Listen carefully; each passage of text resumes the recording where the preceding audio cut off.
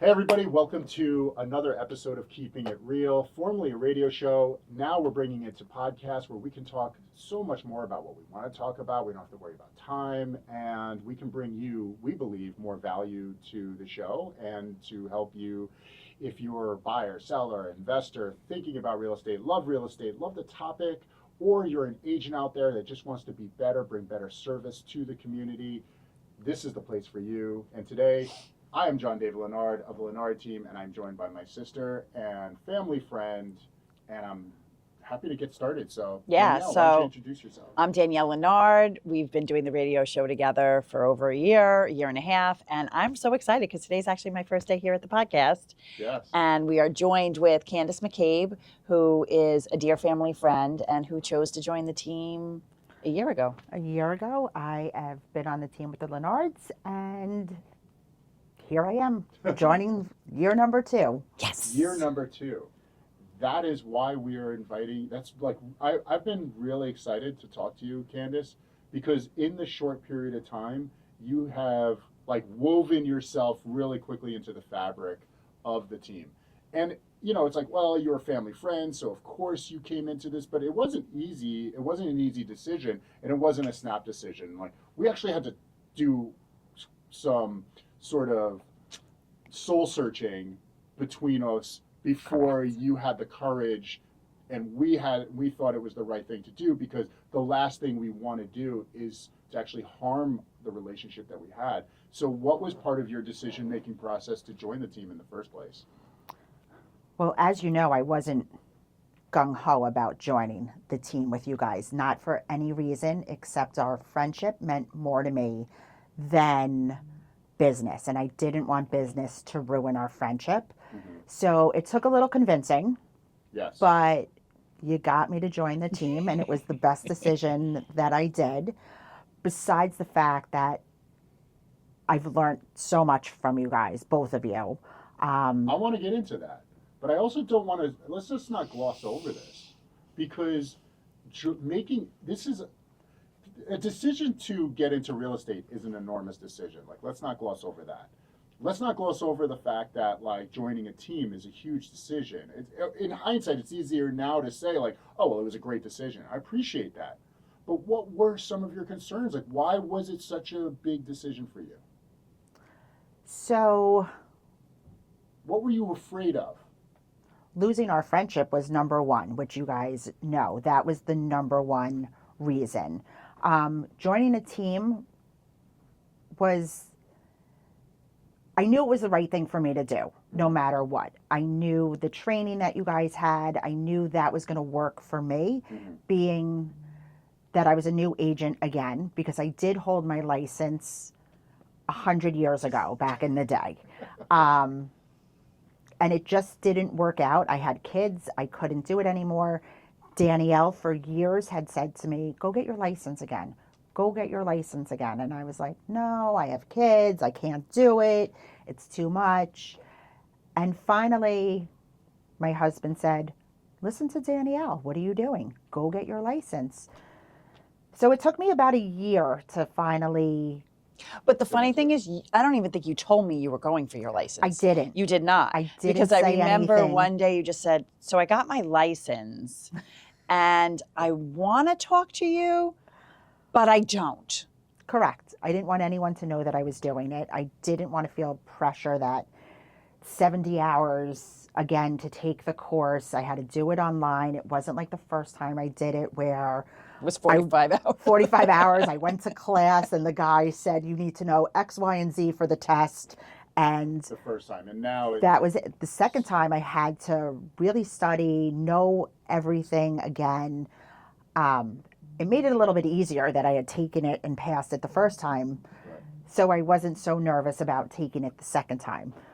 But I didn't let anybody know. And then I waited until I passed the New York State test, passed the online test. And then I said, guess what? I'm licensed again. Now what do I do? Danielle, what did you see in Candace?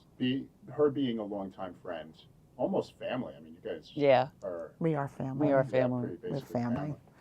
What did you see in Candace that you just kept at it, saying like you need to do this? What I see in Candace is, What did you see in her at the time to convince her to take this step? well, I was going to say, because what I see in her then is what I saw in her is that someone with incredible drive, passionate. Like when Candace is into something, like you know it. And you always like to learn. Like, I mean, you're super talented when it comes to decorating and all of that. And you always know like what's the new thing, like what's in style. You were the first kitchen that I saw that in person that had like the white cabinets with the navy blue island. Concrete countertop. Oh yeah, you had the concrete. That was that first house. Concrete countertops. Never saw that before, and they were really cool. Yes. So you have a brilliance to you, and you're just I love you, but you're like a lot of fun, and you're diligent, and so I think it's I just saw someone, and we have a lot of fun together. So I wanted us to have fun, help people, and make money. That's it. And we work really well together. And we do. And you know what? It's funny too, because I think something else about us too is that we're the type of people where if we have a break in time where we're not communicating, we're right back there in the moment. But we have a lot of fun working together, and we do work really, really, really well together. We do. We definitely bounce off each other. Like, Okay. we're good. I mean, listen, we had a situation, it was someone she knew, and they were moving to South Carolina. Mm-hmm. And it was a challenging situation. Her friend was under a lot of pressure, a lot of stress. And, together we helped guide her. And they're down there now. And and her son started school, and things are really good. So, Candace, so it's one thing you had to. I think this is kind of interesting because I see a common thread here. You knew us beforehand coming into the business. Now you're working with us.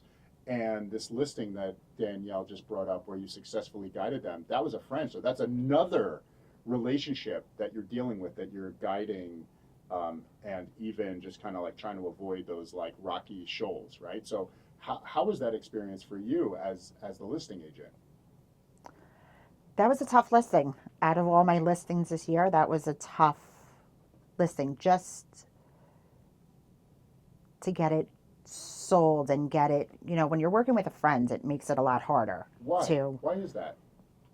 Because you're under pressure to, one, get the most for them that you can possibly get. Mm-hmm. And it's friends. So when we needed to lower the price because we had priced it too high originally, Mm-hmm. it's hard to have those conversations with a close friend and say to them, like, listen, this isn't working. We need to do X, Y, and Z, and we're going to get it sold. And we did. And it took a little bit of time. And Danielle, it worked out great, the two of us, because once I left for the summer, it worked. Danielle stepped up and it worked. And she had a different attitude towards the whole Got it. process. So having a teammate, somebody you could rely on that didn't have that closeness, actually benefited you, because what I think is when I just recently sold a house that was also a very close friend, and I can also feel the pressure, right? Doing this as long as I've been doing it, this is like my 17th year of doing it full time.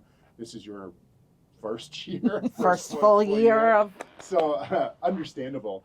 I think the expectations are different because when you don't have that relationship that came beforehand, there's this kind of dance that you do. But there's almost like a feeling of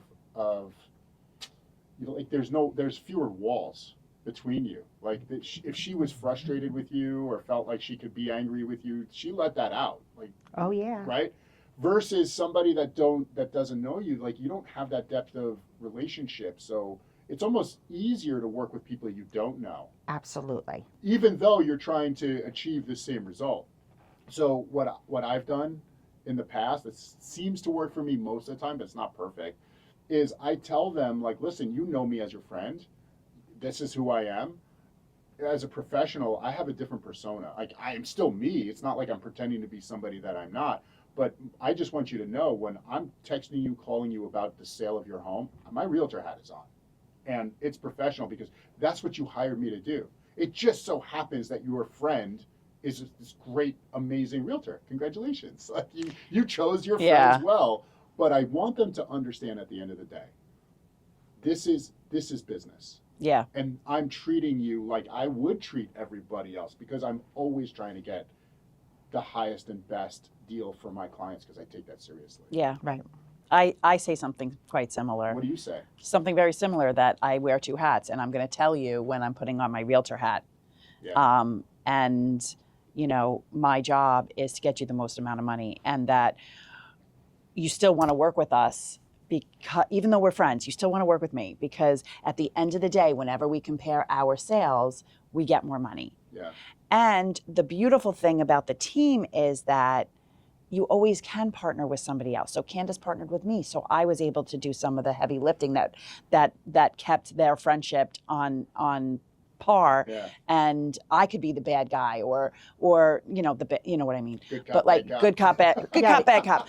But like, but I could have the also. I mean, not for nothing, I've been doing this 29 years, so I have the ability to be able to say what needs to be said in a way that they can hear it without the emotions of the friendship or the family or the whatever. Well, 29 years, 17 years, 1 year. Yeah. One thing remains true that we've discovered from a team. As many people as I can get along with, and I know that I have an ability to get along with different types of people from different backgrounds. Mm-hmm. And we can talk about that on, sometime about why that is, or my approach or our philosophies on that. But the bottom line is we're never going to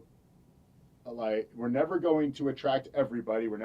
Not everybody's going to like us. We're not always going to jive with everybody. Because that's human nature. And the fact that we have such a diverse team of personalities and backgrounds and perspectives is we can match people. Because at the end of the day, listen, Candace, I don't want to take anything away from you. Let's talk about your first. We're talking about your first year in real estate, right? It's not like I'm sitting here like, look at me after 17 years. I'm astonished at what you've been able to achieve in your first year, because it isn't even technically a full year, because you took a summer off to do something that's extremely important to you, and that's to be a camp counselor. And that's something that you're like, you guys, I can be on your team, but understand in the summertime, I'm out. So tell us about your experience in your first year in real estate. So my first 9 months in real estate, because I just came back, which now will be almost a full year of me working, I did pretty well. I did really well, I think. I mean, yes. I did 10 deals. I closed at almost $7 million for my first year. And I think I'm kind of killing it. And I'm starting off, again, good. Like, we both have listings. I have listings with both of you. Yes. Coming on. Yes. I have 2 buyers right now that are good. I have actually someone from camp who just called me that's looking. I think I'm doing well. I'm happy with myself. I know you're doing well. So we know you're doing well. And there's hopefully people that are watching that are maybe also completing their first year in real estate, or maybe had goals for themselves that they weren't able to achieve. Whatever those goals are, what's your advice to somebody who is just getting out based on your experience? So my first 4 months that I worked, I didn't get one paycheck, nothing. I worked my ass off every day. It's a lot harder than I expected it to be, because I see Danielle for years, who has her clientele, has her base, and she can, I don't want to say slack off, but she can do her things and still have her people. Mm-hmm. I had nobody coming in. I called from the ponds. I went to every meeting. I listened to every single thing that anyone on the team told me to do. So for 4 months, I had 3 buyers, maybe 4 buyers that kind of went nowhere. But I kept staying with them because I was like, oh, they're looking for a house. But Yeah. they had no credit. They had No nothing, money. no money. They had nothing. And I kept staying with them because that was what I felt like I had to do. And finally, I got one buyer. And we kept looking and we kept looking. He put an offer and finally it got accepted. And I was like, yes. Then it was like another 3 months until it closed. And I was like, oh God, still no paycheck. Yeah. But I kept going and kept going. And all of a sudden I had listings. I had people calling me. I was putting in offers and it just worked. So we talk to a lot of agents that are out there, and they're working with buyers too, and they're putting in offers. They're not getting them accepted though. That's part of the problem, and it's not. Maybe it's the headwinds are so big because there's just such a lack of inventory that's out there. There's not nearly enough homes for sale on the market for the people that would want to buy. So you're defying that in a way. What are you doing to get to meet the people and then get them over that hump to get those accepted offers? Because if I were an agent, a single agent out there, and I was relatively new to the business and I was looking for guidance, that's what I would want to know. It's tough. It's like literally. So I like to do weird numbers. So I feel like that kind of helps me too. So I don't just put in like, people would be like, put in asking price is $489 and people put in like 5. And I'm like, all right, let's do 507. Or I also feel like I just want to stand out in my offers. I always send like a nice cover letter to the agent when I'm submitting an offer. Right. I call to talk to the agent to let them know I'm putting in an offer. I'm also a firm believer in you don't burn bridges, and I'm nice to every agent that Even when they're not so nice, right? even when they're not nice to me. I do we have this listing that's not even on yet, and I had 2 agents from Signature call, and I said, I already started a list with their names and their phone number, and I said, as soon as we're ready, I will give you a call back. And I will make sure that I follow through, because I don't know if 6 months down the line, this agent's going to have a house and I'm going to have a buyer. Right. And she's going to say, you know what? She was so nice. She called me back to show me this house. So I always want to just leave a nice lasting impression on anybody that I meet and talk to. And that's really where it is. Yeah, I think that's really interesting. And I think that also speaks to the culture of the team, because I think for people that don't know our business, don't know our industry, if they had to guess, maybe they might picture the rough around the edges. I'm a tough guy. I'm gonna out negotiate you with pure ego. And you found that one of the secrets to your success is actually kindness and building relationships and building bridges. To your analogy, it's actually been like that's helped you succeed as an agent in your first year. Yeah, I feel like every agent on all my 10 deals that I did this year, I feel like there's not one agent that I don't think would ever say anything bad, that I didn't follow through, that I wasn't polite, that, I go to every inspection, every walkthrough, I'm there, whether I need to be there or not. I show up and I meet with the agent, I talk to them, all my closings, I called and said, thank you. This was such a pleasure doing business with you. I said, I hope we do a deal again. How does that get you to 10 deals though? Do you even know, or is it? I have no idea. I just literally worked. I feel like you were like head down, Steph, Danielle, JD, Barbara. What do I need to do? And I'm just going to do it.